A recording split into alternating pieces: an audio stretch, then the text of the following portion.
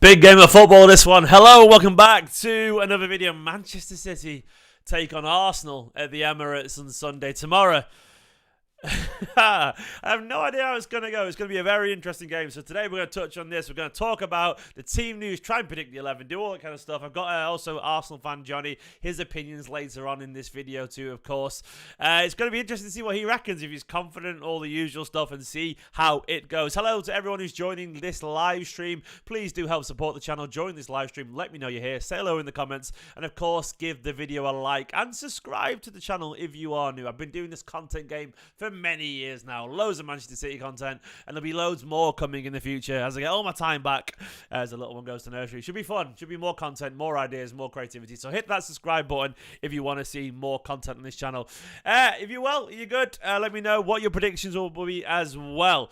So let's look at this game of football. Let's look at the context behind this game of football. There is no doubt whatsoever that this is a very important game of football. It really is. Arsenal right now, you know, they're absolutely one of our rivals. They're doing really well in the league. They are looking good. We, of course, without Rodri. Look, if Rodri was in this game, I would be a massively different, this would be a massively different video.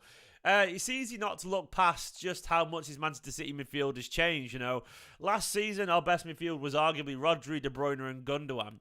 None of those players are available for this. That is a quite dramatic change in our circumstances for this game against Arsenal. It isn't just Rodri out. You know, Gundogan has left and De Bruyne is not available as well. So the thing is, Manchester City sides are often built around great midfields. And right now, we have great players, but it's not necessarily a great cohesive midfield yet. So it's going to be very interesting to see how this team adapts to the challenge of Arsenal. Because make no mistake about it, this is going to be a tough game of football. Guardiola immediately confirmed the bad news that John Stones is not ready to play, maybe for England, but not for us, which is a shame. He talked about Arsenal being rivals, said absolutely, among Liverpool, from what we have seen, but to analyse the contenders in the first 10 games, we haven't even played there yet, we have to wait, but the big clubs will be contenders. He's right, they'll obviously will be there, Liverpool too. He talked about a Rodri-less Manchester City. He said, we'll see. I started to talk today with my staff and analyse and train this afternoon and prepare. Rodri is one of the 2-3 best holding midfielders in the world, so his influence on City is going to be big, but he's not there. We've coped with absences in the past, and we'll have to adapt. Yep.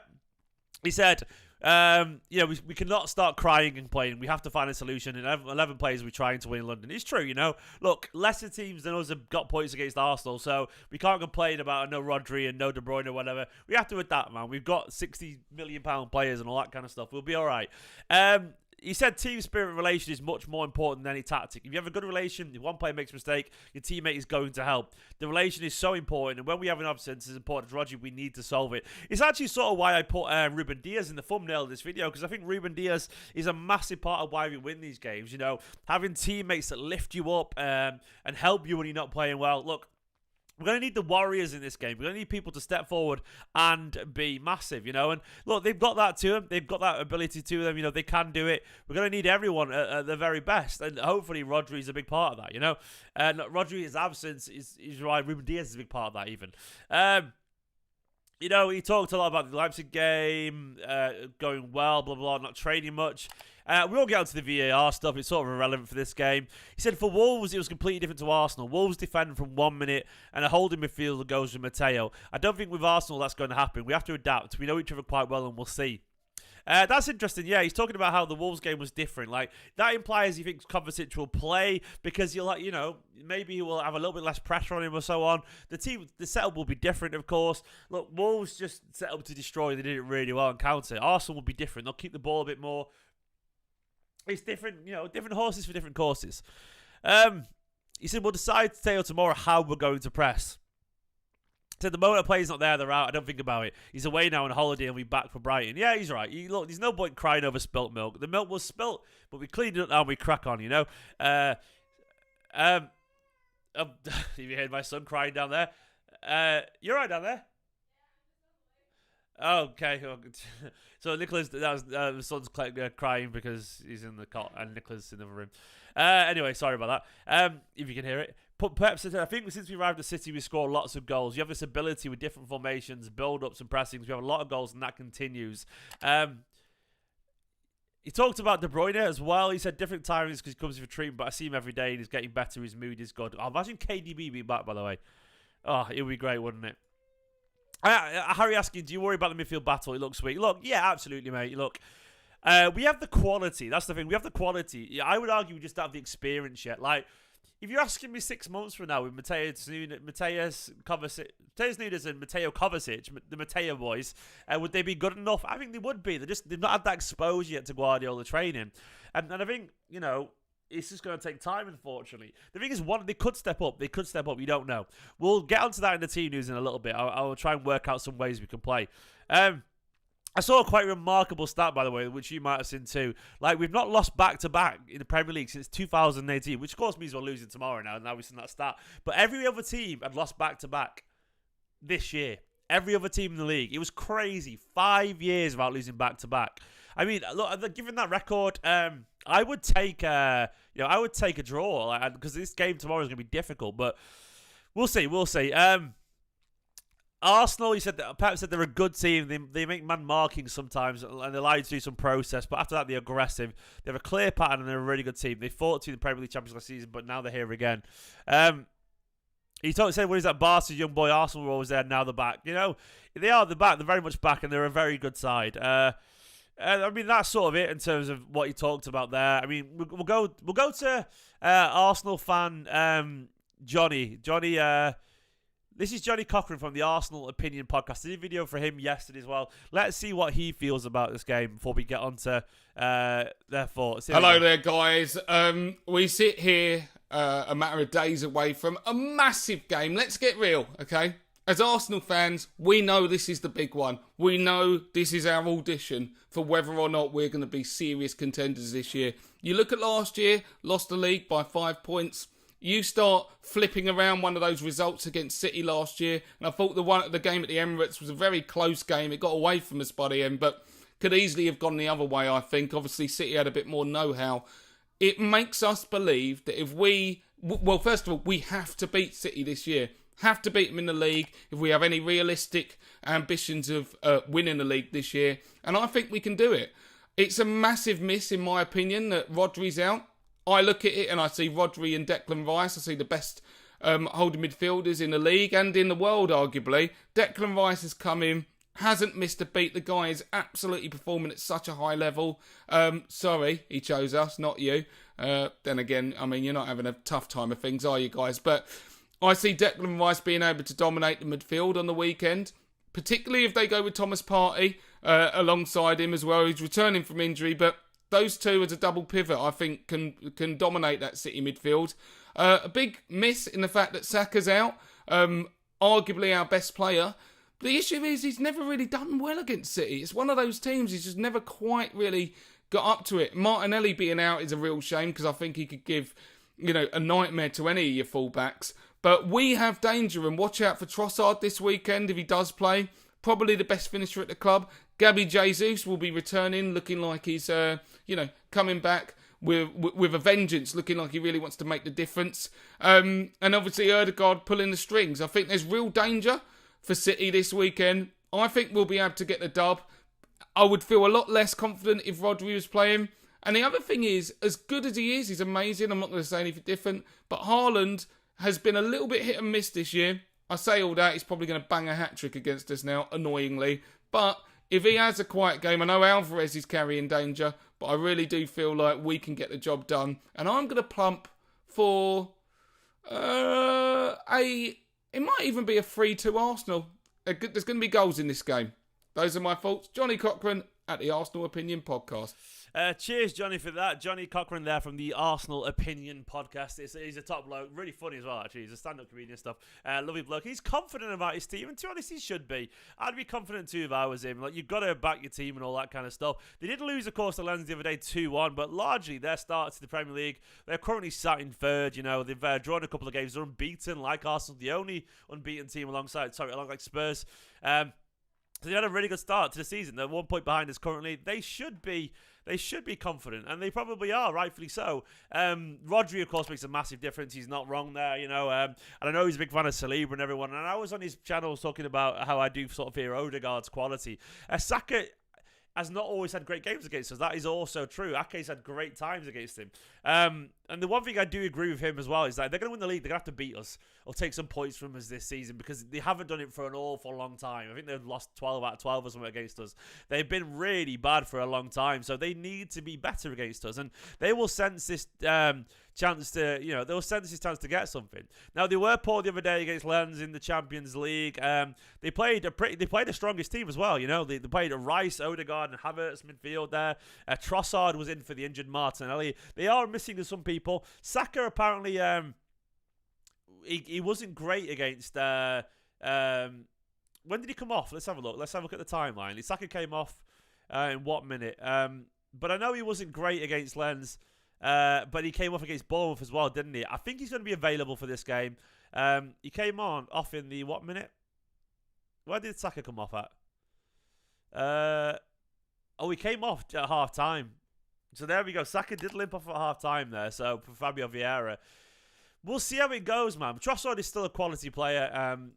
Who would come on for them? Vieira, yeah. I don't know how they go, but either way, there's the possession. They kept it all, but they weren't that great against them. And Lens did get some joy against them. And then Kai Havertz, look, Declan Rice, cracking player. He's right, brilliant player. Odegaard, brilliant player.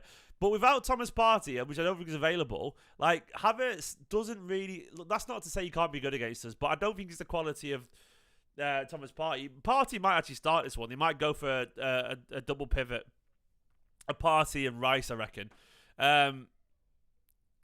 I just in general feel like, they'll probably go for Partey and Rice and Odegaard ahead them. They'll go for solidity. I sort of hope they play Havertz to an extent because I don't think he's got the quality in midfield to sort of dictate. But I think they'll go physical, and I think it'll work for them at the Emirates as well to an extent. The back line there sort of picks itself. I reckon maybe Ben White could start for them. I mean, I look how they played against Bournemouth to see what kind of lineup they had there that day. That was Nketiah up front with Jesus out on the left, Saka on the right, Odegaard, Rice, and Havertz. Ben White, probably will come in with the back four being Zinchenko, Gabriel Saliba completing it. David Raya probably will start, though. He had a mistake the other day against Lens. We'll see who plays in that game. We'll see, man. We'll see. He looks like he is number one currently, David Raya, but they've obviously got the two goalkeepers vying for each other. Look, they are a cracking side. We know this. The Skate Spurs, they could have won that as well. Fabio Vieira was playing that game in midfield. Nketiah is starting quite regularly at the moment, but it's going to be interesting to see how we go. In terms of Man City, how we're going to line up, I don't know what Pep will do. Obviously, certain things I would say are always guaranteed. Ederson is guaranteed. I think he'll go for Ake at left back. And I think he'll go for... Do you think he'll go for a Kanji in this game? Ake's going to start against Saka because he's played so well against Saka. Always. If Saka's playing, I think he starts.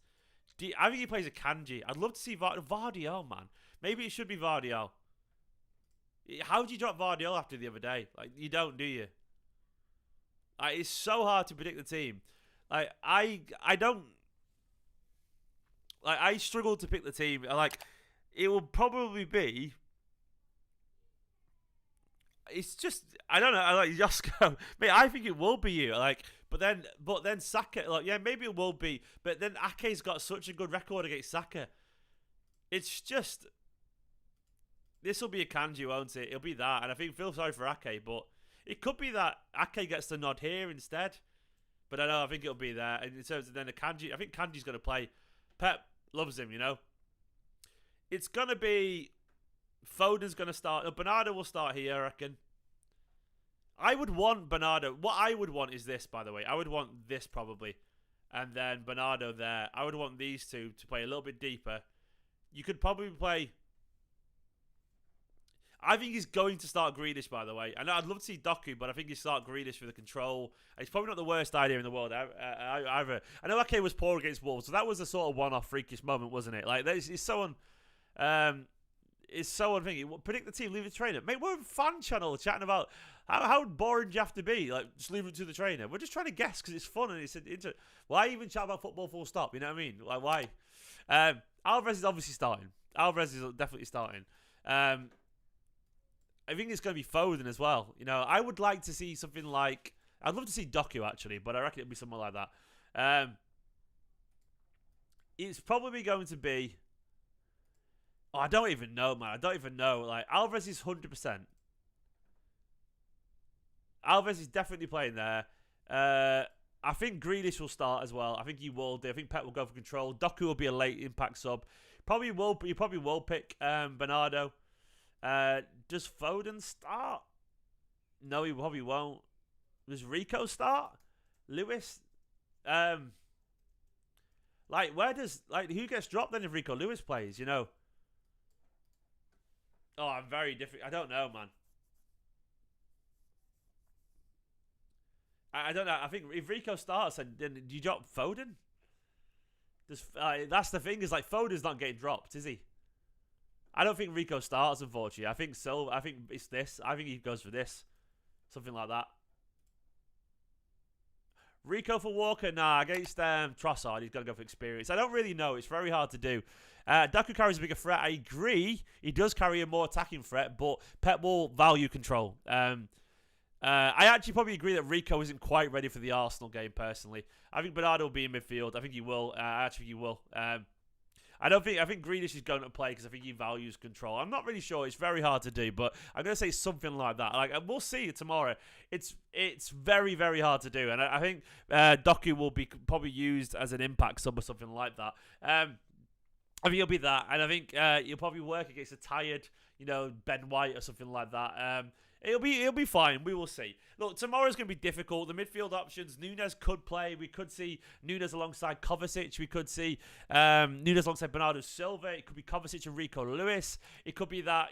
Oh, God knows, a variety of different things. I honestly have no idea. I will be doing a live video later on today, by the way, with a Noisy Report, people. So, Noisy Podcast, Joey and Mulv, and then Amos as well. So, we'll try and predict the 11 later on in a bit more detail. I'll try and get those lads on, and we'll have a little bit of chat about it, and we'll try and work it out. So, that should be interesting later. But we'll do that, and we'll work it out. For now, though, this is my preview. My prediction, sorry. I think it'll be 2-2. I think we're going to draw this. I don't think we're going to win. If Rodri was playing, I think we would win. But I think it's going to be interesting. Haaland has to have a big game. Ruben Diaz has to have a big game. We need Ruben Diaz to be a warrior, as he always is. Kyle Walker needs to be flawless. Akanji needs to step up in the way that we know he can if he plays. Vardiol, carry on where you left off, mate.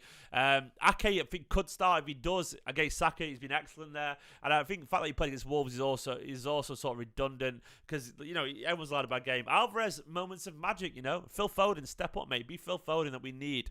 Haaland, he needs to bully them. And actually, to be honest, he'll get more space than he usually does, I reckon, because I actually think he'll rise to this game, I think he will. Guys, that's my preview. Of course, let me know your predictions, and I'll see you later on around 5:30 for the video. It should be good fun. For now, though, I'm nervous, mate. In a bit, bye-bye. Subscribe, let you know your formation, your teams, and all that kind of stuff in a bit. Bye-bye.